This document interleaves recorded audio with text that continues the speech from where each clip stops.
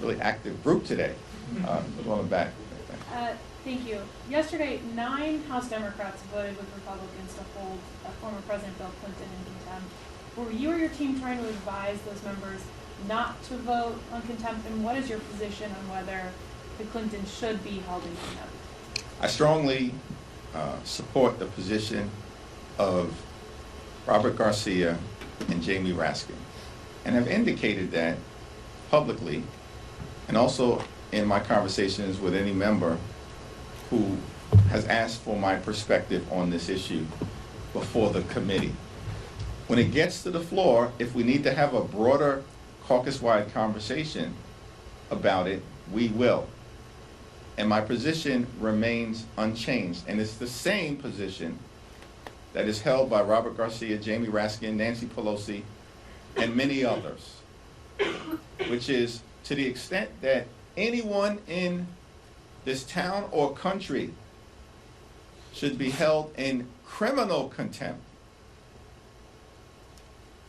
it is the Attorney General of the Department of Justice, or the Deputy Attorney General, or whoever within the Department of Justice is responsible at this point for violating the law, which requires millions of documents that the Department of Justice has refused to release without justification. In other words, there are more than 5 million documents within the Epstein files that the Department of Justice currently is under a legal obligation to share with the American people, consistent with the wishes of the brave, courageous Epstein survivors, and consistent with the law that Donald Trump signed.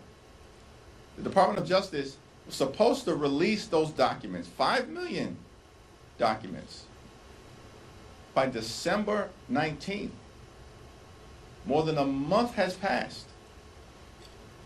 And the Republicans have shown no interest in actually compelling the Department of Justice to do what they are legally obligated to do at this period of time. That sounds to me like contempt.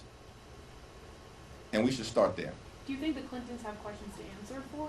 I think that the Clintons are working in good faith to try to reach an accommodation with the Oversight Committee in order to sit down and offer their testimony, which is part of the reason why, in my view, the effort by James Comer lacks any credibility, because it has always been congressional practice that if someone's under subpoena, you work to find a reasonable accommodation in order to receive their testimony.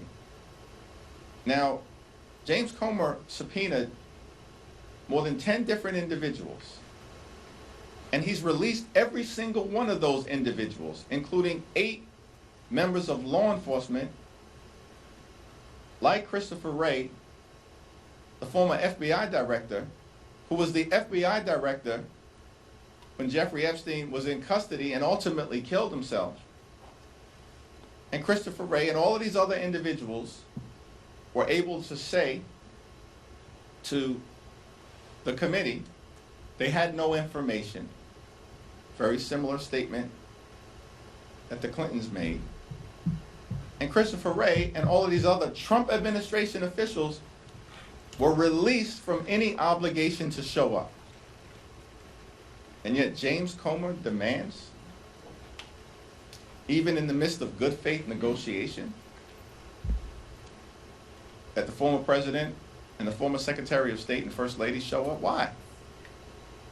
Why did he make that demand and treat them differently than every other person who was under the same subpoena, who were actually part of the Trump Justice Department when all of this stuff unfolded? And so, again, I share the same position that Robert Garcia and Jamie Raskin hold. And hopefully there'll be some resolution to this in the next week or so. But if Comer tries to bring this resolution, he wants to lock Hillary Clinton up consistent with what Donald Trump's been saying now for 10 years, lock her up, as opposed to actually focusing on the things that matter for the American people, then we'll deal with it appropriately.